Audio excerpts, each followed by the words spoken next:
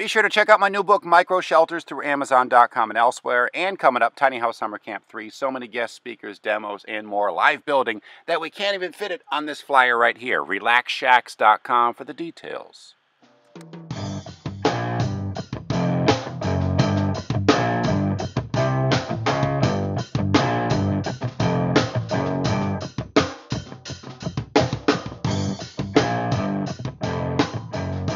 Deek from RelaxShacks.com here in Newbury, Massachusetts. Beautiful day out. I'm probably looking twice as white as I normally am in the glaring sun here. Casper the Ghost, your host. But we are here with Vera Struck from SilverBulletTinyHouse.com. She's been so gracious as to have us over to tour her house and for lunch. Thank you very much. And we are psyched to be here. Tell us a little bit about the backstory of your tiny house quickly and semi-succinctly. Well, actually, I was at one of your workshops back in 2012, and I thought it would be great to have a classroom module kind of exhibit to go around and help people learn more about sustainable lifestyle living. And so what I did was I decided to build one. It took me 2 years. 2 years, because we had 2 really bad winters.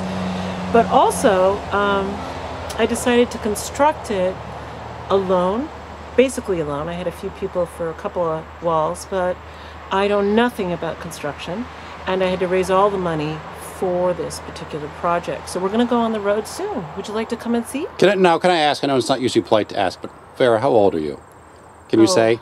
Yeah, I'm 65. You can lie. I'm 65. No, I just think that's so kick-ass. I'm soon to be 66. A lot of people out there, you know, they're like, you know, they're getting tired out when they're 18 and 19 building this, and you're 65 and built a tiny house pretty much by yourself. So yeah, and they can't see it, but I'm saluting you right now. Thank you. I think that's incredible. I'm going to drop back here for a second just to give you kind of the overview here. But why don't we talk about just kind of the entrance here quickly before we move inside. Tell me what you got going on, okay, your thoughts. This is an 18-foot trailer upon which I built a tiny house. This is a 2-foot deck which I intend to extend down when I park it eventually.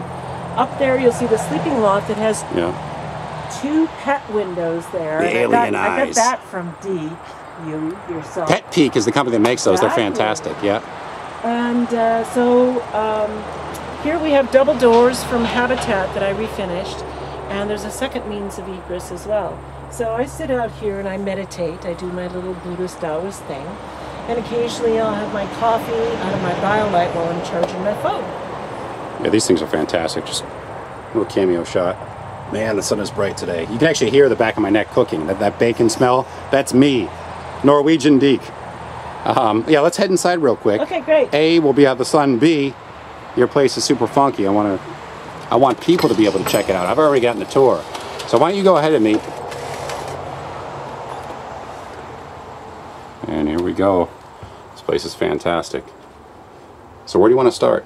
Well, why don't I just close the drapes over here so that the sun doesn't come in. This is the second door, so I have another means of coming into the classroom exhibit.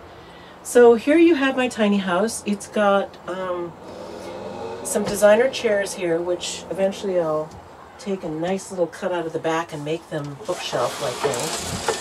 This is a table that comes down from the wall. You have my couch is an ottoman, which actually used to be for a huge chair. And then next to it are these stackable little stools that could be tables. Yeah, simple. Artwork on top there. Simple and clever. Vera's quite an accomplished artist, by the way, and you're going to see some of your work in other parts of the tiny house, right? I believe I saw a painting up in the loft. We'll get to that. You've got 2 fabulous paintings of bodhisattvas. And behind you to your right is my closet. Oh, you have to talk about this. It has a kind of a funny feature to it. Down below, where my shoes are, all my little decorative shoes and things I wear, is the Progressive Dynamics box. I have those same shoes, those right there. Oh, these, yeah. I wear them to church. Now, what is? Oh, yeah. This is the Progressive Dynamics box. It's a 30 amp system. It's so compact and out of the way. When I first saw it, I thought it was a little speaker system, like a Bose stereo you had built. I'm like, oh, it's kind of... All the wires are there. You can easy access to get to it. And then I had some extra PVC piping, and because Yes. almost all the materials in this house, as you know, Deek, are either reclaimed wood or recycled or repurposed. So I had this extra PVC pipe, and That's I so thought, cool. why not, you know, just in case I wanted to have a moment with a piece of clothing to decide They what call it to the, wear. the Viagra closet rod. There you go. Yeah. There you go. All right. And actually, this is where my stove eventually will be. Okay. And And you're thinking of getting, and Roger, here's your plug, perhaps. Roger, I would love to have you as a sponsor. I love Yeah. your wonderful stove. Oh, please, oh, please. But if not, I'm just going to get a tiny little marine one Okay. with an alcohol drop-in burner. Yep. And so everything in here is renewables, water harvesting, or wood. Wait, before we... No, we'll go to the kitchen, and I want to talk about the loft and your Tansu-like steps. But Oh, yeah. no, we'll stay in the kitchen and the bathroom. We'll do that first. So normally you'd put insulation or something on the back of your shower wall, but instead, I decided to put some of my favorite books. You're so pandering to the person behind the camera. And Available on Amazon.com. there you go. Some awards and some food. And now that I'm living in a tiny house, everybody brings me something tiny. Oh, Which is yeah. kind of Yeah. hysterical, but now I'm getting tiny everything. Although that sucks when it comes to the gifts of alcohol. Oh, Stop no. cheaping out, bring me the good No, stuff. no, they bring me big Okay. alcohol. As you say, So- that's a segue into some of your kitchen stuff you have here. So now, in the kitchen, of course, I've got magnetic spices, you know, in two places. So I've got some canning jars and other things that I use. Also, I do drink a lot of wine, so here's the segue into, that's right, Oh, I love it. my kitchen drawers. Mr. Mondavi, although he's So- deceased, he would be proud. So these have been collected over the years, all kinds of different drawers. Whoops, that one's empty. That one, I haven't filled these yet. You can see. Well, they were filled last night, I heard, but Well, I just started filling in some more stuff last night. This is my little refrigerator it's a good size fridge. with, you know, chocolate, Yeah. stuff like that. I have an old wok, 40 years old. These are my very Yeah, these are wonderful really ceramic cool. coffee cups. And my old 1960s acrylic. And of course, I made my own board for my $5 Habitat for Humanity LK sink. That's great. And I love this sink Nice because and it's deep. extra deep. Yes. And so you can do anything like wash grandbabies in it. You do prep for canning, and I do a lot of juicing and raw foods. Mm-hmm. So I need deep sinks. What I like is everything you have here that you're showing us, there's a story behind it. Cutting board you made, the mugs you made, the salad bowl you saved and fixed. I mean, the wine boxes, and you're speaking my language, Vera. Oh yeah, and that I brought from Europe. This is the wine container. I lived in Asheville, and Yeah. of course Andy McDowell lives there. We know her as Rosie Herzog. Was that the Annie McDowell from Groundhog Day in those movies? Yeah. Absolutely. She's got wicked big hair. Yeah. A wonderful woman. And we were at the same charity auction, and she bought this bottle of wine, and I asked her for the case, so I still have it. And of course I've pickled everything in the house, which is an old process that is done to extend your paint, and also to allow some of the beautiful grain of the wood to come through, but not enough so that you go crazy looking at all the grain. So I think we're about ready to go into my bathroom. Okay? I was going to say crapper, but bathroom sounds fancier. Now, I love text. Yeah, why don't you talk about the floor first before people wondering, what's that sound of something crumbling and rattling? Well, It's not poor craftsmanship or craftswomanship. It's something she's working on right now, which I think is pretty clever. Well, actually, I collect rocks, and some of the rocks on the back deck were from Lake Superior, and so they're glacier rocks. All right. And so I just love textures, you can kind of tell. Yeah. And so I thought I'd put the rocks down there. I haven't quite set them in anything yet, but I'm getting there. They're going to look so cool. You could almost epoxy those in. You think? Put sand in between. I don't know. There's a couple things to I do. haven't decided because there's different Sea texture. glass. You have a nautical theme. Go with the sea glass. Like little bits of it here and there. I'm gonna try. Tumble some blue glass. Anyways, yeah, back to the video and tour. All right. So, as you know, as an artist, a reclamation artist, I reclaim a lot of stuff. Because we don't have copper pipes, we buy a lot of the Poland Springs water bottles. So these are all little pieces of Poland Springs water bottles. And they're great shower curtains. And then over here, I did the same thing and made curtains. They're fun. And, I heard they only took you about 10 minutes to make. I'm kidding. Her arms are still sore, she's telling me. 10 minutes to cut each one of them. From cutting the plastic. So, the thing was to have light be able to come through and still enjoy that light and still have privacy. And one of the things that's interesting about this shower is that if you peek around the corner here, I installed a second. Oh, yeah. Okay. And this is for my towels to dry because I didn't want to put them anywhere else.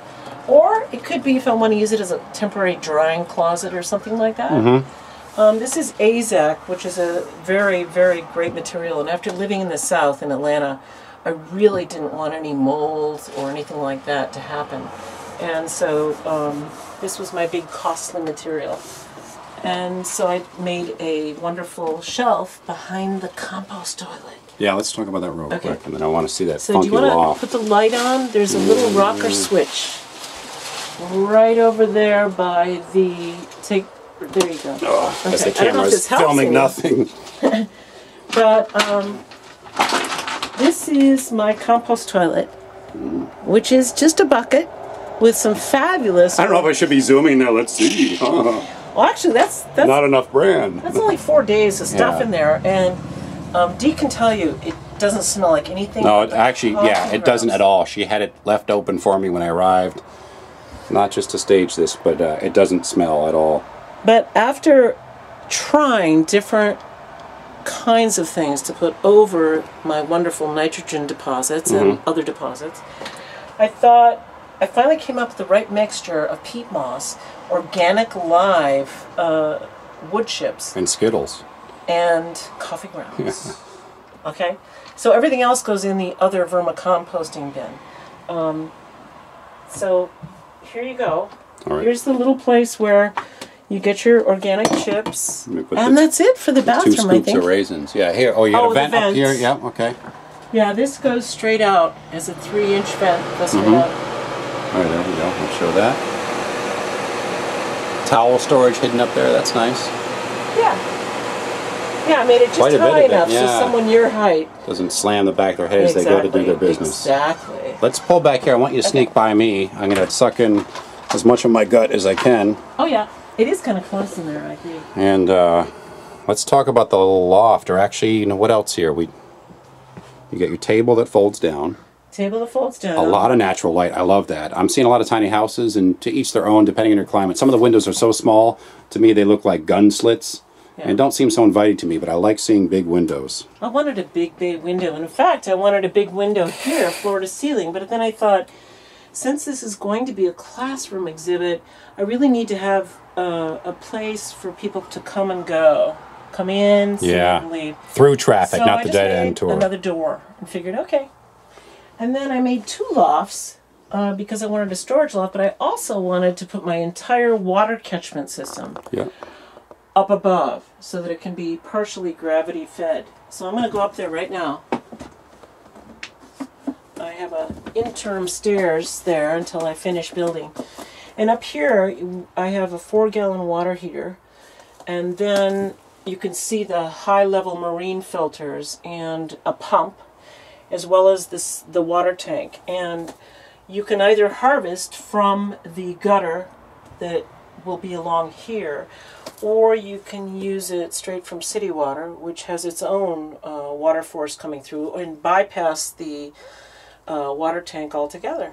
So it's really great. I have 3 options. And up here you have some extra. Hook it right up to RV too, so I have extra storage. And when I take that wonderful little IKEA mattress and lay it all the way out diagonally, someone else could sleep up there too. And then this, I just made this recently, and this is like any of the other typical ones you see on the internet. We'll probably do a separate thing on this, I hope. The AC. And redneck AC. It is. It is. You put 2 little quarts of frozen, you know. You need a Okay, these, so there's my hand. These look like eyes. They need Groucho Marx eyebrows. You need a little mouth painted on the cooler here. Don't you think? I'm telling you. Maybe a big schnoz. I was thinking of that, but it's like the back of my deck. Yeah. If you get far enough away, it looks like a face. Yeah. So I loved this and made it, and it ran off my passive solar Goal Zero 450, which took all the power straight from its solar panels. And it's really great. Out of here comes really cold air. So this place, a couple weeks ago when it was really high temperatures, like 88 degrees, and this place got to that, I think, somewhere around 3 o'clock. And so I turned this on, and it got down to 70 pretty quick. Oh, that's great. For a Coleman cooler. And it's a little tiny one. I yeah. thought I'd have to have like a Gigantica one, but no. I want to show these Tantu steps here with the built-in cabinets, lockable cabinets. For her good wine, to keep it away from unwanted guests or mooching guests. There you go. Or I notice it's locked for me. My gold leaf, actually, my gold leaf crumbles. That's all her residuals from former Goldschlager bottles over the years. No. I'm painted with gold leaf. Yeah. So I'm going to, this actually was a 2-door opening dining cabinet. It was left from my loft at 249 8th Street almost 30 years ago. So I'm going to go up here. Yeah, let's talk about this. Okay. And I'm trying to get that super funky artwork in the back too. Okay. Yes, I did this. I developed a surface for the Getty Museum with a group of Milanese, and this is actually a sketch I did for them. And behind us, you will see 2 paintings of bodhisattvas. I did a whole spiritual show of Buddhas for New York back in 2000. I love the light you're getting up there. I mean, you've painted everything light. It's not a big loft, but because the colors are so light and with the windows you have, it feels or looks quite a bit bigger than it really is. And I kind of like the nautical feel. I put the strapping in and everything as a trim because I kind of feel like I'm inside of a boat. And it reminds me of a lot of really great fairy tales, you know? So, yeah. Place definitely has the Vera struck style. You know, what's next for you and what's coming up with, silverbullettinyhouse.com and those kind of things? Well, actually, what I'm doing is I'm doing a last workshop before I go out on the road this winter. And I'll be speaking at the Tiny House Jamboree. There you go. And I'll be talking to, I don't know how many folks are going to be there. You're going to be there too. Several thousand, they say. And so I'll be speaking to people from all different countries. That's in August 7th and 8th, I believe. August 7th, 8th, and 9th, I think. 7th, 8th, 9th, yeah. Sunday schedule. Colorado Springs. Colorado Springs at 3 p.m. Cool. And so I hope to inspire people to do what I'm doing and design a sustainable lifestyle and be able to live off renewables and have a very small footprint. I think no doubt you are. So thank you, Vera Struck, once again. silverbullettinyhouse.com. We appreciate the tour.